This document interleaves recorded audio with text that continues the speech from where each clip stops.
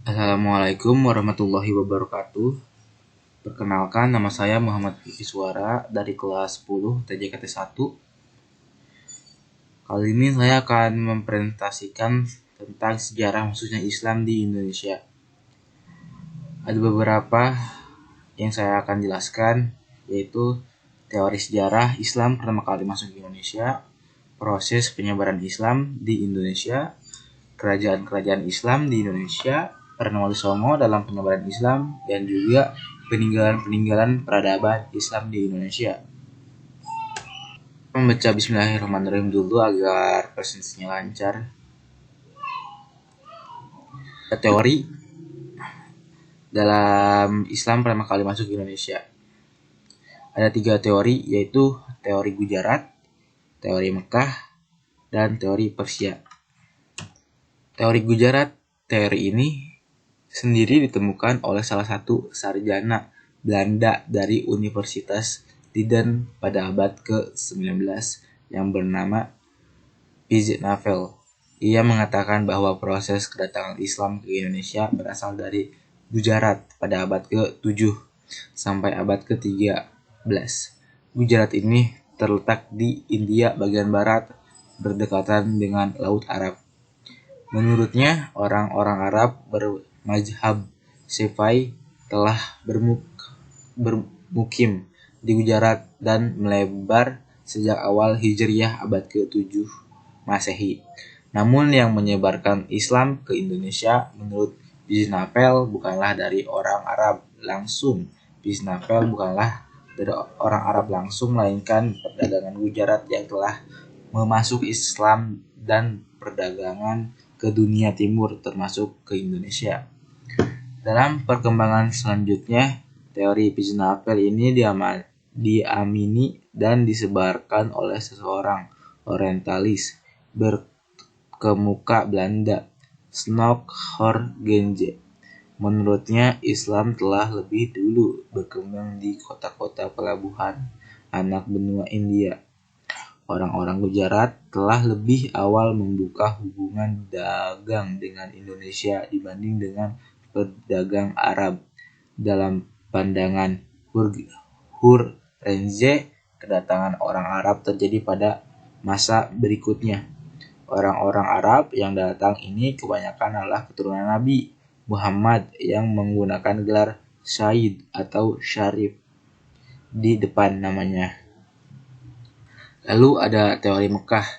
Teori Mekah ini dikenal oleh ulama sekaligus sastrawan Indonesia, yaitu Haji Abdul Karim Amrullah atau Hamka pada tahun 1958. Ia mengatakan bahwa proses masuknya Islam ke Indonesia itu langsung dari Mekah atau Arab. Proses ini berlangsung pada abad pertama Hijriyah atau abad ke-17. Abad ke-7. Pendapatnya sendiri ia sampaikan pada saat orasi di Natalis Perguruan Tinggi Islam Negeri atau PTIN di Yogyakarta. Ia menolak seluruh anggapan para sarjana barat yang mengemukakan bahwa Islam datang ke Indonesia tidak langsung dari Arab. Bahan argumentasi yang dijadikan bahan rujukan Hamka adalah sumber lokal Indonesia dan sumber Arab. Menurutnya, motivasi awal kedatangan Arab tidak dilandasi oleh nilai-nilai ekonomi, melainkan didorong oleh motivasi spirit penyebaran agama Islam. Dalam pandangan Hamka, jalur perdagangan antara Indonesia dengan Arab telah berlangsung jauh sebelum Tarik Masehi. Dalam hal ini, teori Hamka merupakan sanggahan terhadap teori Gujarat yang banyak kelemahan. Ia malah curiga terhadap prasangka-prasangka penulis orientalis Barat yang cenderung memojokkan Islam di Indonesia. Yang terakhir, teori Persia. Teori Persia adalah pencetus dari teori ini adalah Hasyim Djadiningrat, sejarawan dan ilmuwan pribumi pertama asal Banten. Ia mengatakan bahwa proses kedatangan Islam ke Indonesia berasal dari daerah Persia atau Parsi kini Iran. Pada abad pertama Hijriyah atau abad ke-7 dalam memberikan argumentasi pada sekitar tahun 1886 hingga 1960. Hussein lebih menik beratkan analisisnya pada kesamaan budaya dan tradisi perkembangan antara masyarakat Persia dan Indonesia. Kesamaan budaya ini dapat dilihat pada masyarakat Indonesia antara lain peringatan 10 Muharram atau Asyura sebagai hari suci kaum Syari atas kematian Husain bin Ali, cucu Nabi Muhammad, seperti yang berkembang dalam tradisi tabut di Periaman di Sumatera Barat. Istilah tabut dalam kurung keranda diambil dari bahasa Arab yang dia ditranslasi melalui bahasa. Proses penyebaran Islam di Indonesia yaitu ada 6. Yang satu, proses melalui perdagangan. Proses penyebaran agama Islam dilakukan oleh para perdagangan Muslim yang menetap di kota-kota pelabuhan untuk membentuk perkampungan Muslim. Misalnya Pekejan, Jakarta Barat. Saluran ini merupakan saluran yang dipilih sejak awal sejarah masuknya Islam ke Indonesia. Yang kedua, proses melalui perkawinan. Proses penyebaran agama Islam dilakukan dengan cara seseorang yang telah menganut Islam menikah dengan seseorang yang belum menganut Islam sehingga akhirnya pasangan itu ikut menganut Islam. Yang ketiga, proses melalui dakwah. Proses penyebaran Islam yang dilakukan dengan cara memberi penerangan tentang agama Islam seperti yang dilakukan Wali Songo dan para ulama lainnya. Yang keempat, proses melalui pendidikan. Proses ini dilakukan dengan mendirikan pesantren guna memperdalam ajaran-ajaran Islam yang kemudian menyebarkan. Yang kelima, proses melalui seni budaya.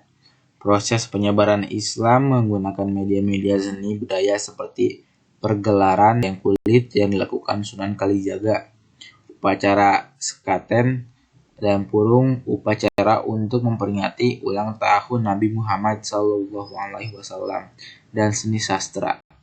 Yang keenam, proses melalui tasawuf. Penyebaran Islam dilakukan dengan penyesuaian pada pola pikir masyarakat yang lebih berorientasi pada ajaran agama Hindu dan Buddha. Dan juga ada kerajaan-kerajaan Islam di Indonesia. Yang pertama, Kerajaan Samudra Pasai. Pada abad ke-13 Masehi, berdirilah Kerajaan Samudra Pasai. Kerajaan ini didirikan oleh Sultan Malik Al-Soleh. Letak Kerajaan Samudra Pasai sendiri berada di Aceh Utara, tepatnya di Kabupaten Lok Sewu Mawe.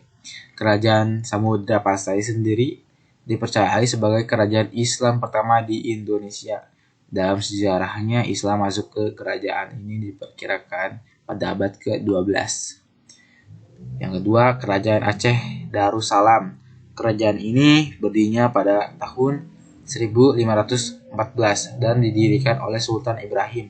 Kerajaan ini mencakup daerah bekas Kerajaan Samudra Pasai dan Aceh Besar. Agama Islam sendiri sudah masuk ke kerajaan ini pada abad ke-12. Ketiga, Kerajaan Demak. Kerajaan ini dipimpin oleh Raden Patah dan berdiri pada tahun 1478. Memiliki daerah kekuasaan di daerah Demak. Kerajaan Demak merupakan kerajaan Islam pertama di Pulau Jawa. Islam dipercaya telah ada sejak kepemimpinan Raden Patah, yakni tahun 1478. Yang keempat, Kerajaan Islam Pajang. Kerajaan Islam Pajang didirikan oleh sosok yang namanya cukup familiar, yakni Jaka Tingkir atau Sultan Adiwijaya. Pada tahun 1568, daerah kekuasaannya sendiri melingkup daerah bekas Kerajaan Demak dan sebagian daerah Jawa Tengah. Kerajaan ini sendiri memeluk Islam sejak tahun 1478. Yang kelima, Kerajaan Islam Mataram. Didirikan oleh Suto Wijoyo pada tahun 1586. Kerajaan ini terletak di Kota Gede, sebelah tenggara kota Yogyakarta. Kerajaan ini merupakan bekas dari Kerajaan Pajang dan Demak yang mayoritas orang beragama Islam sejak tahun 1478.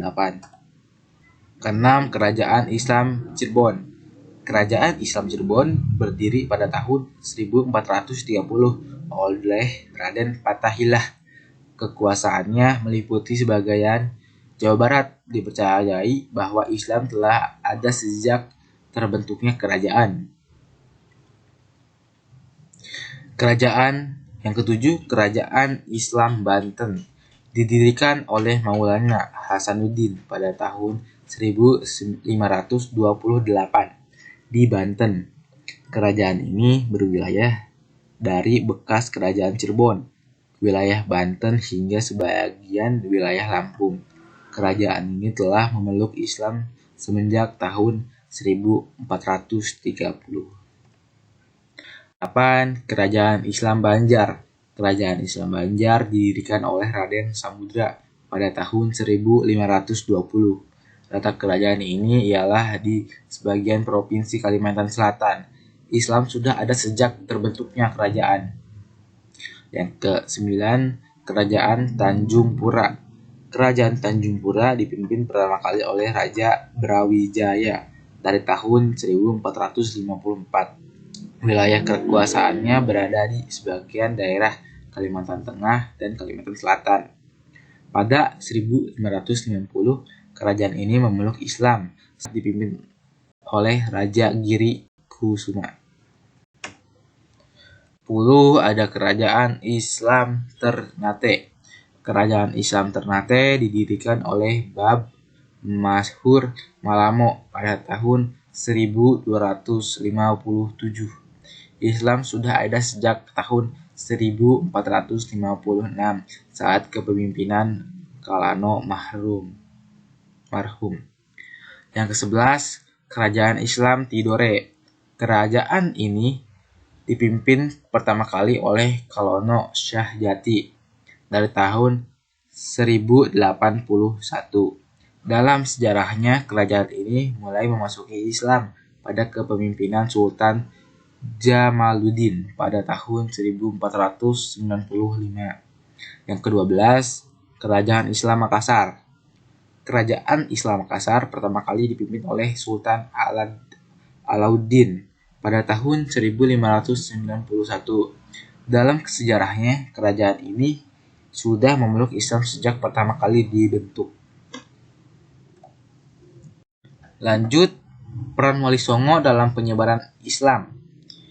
Yaitu peran Wali Songo dalam penyebaran Islam adanya Wali 9 sendiri adalah sebuah majelis dakwah yang pertama kali didirikan oleh Sunan Giri atau Maulana Malik Ibrahim pada tahun 1404 Masehi.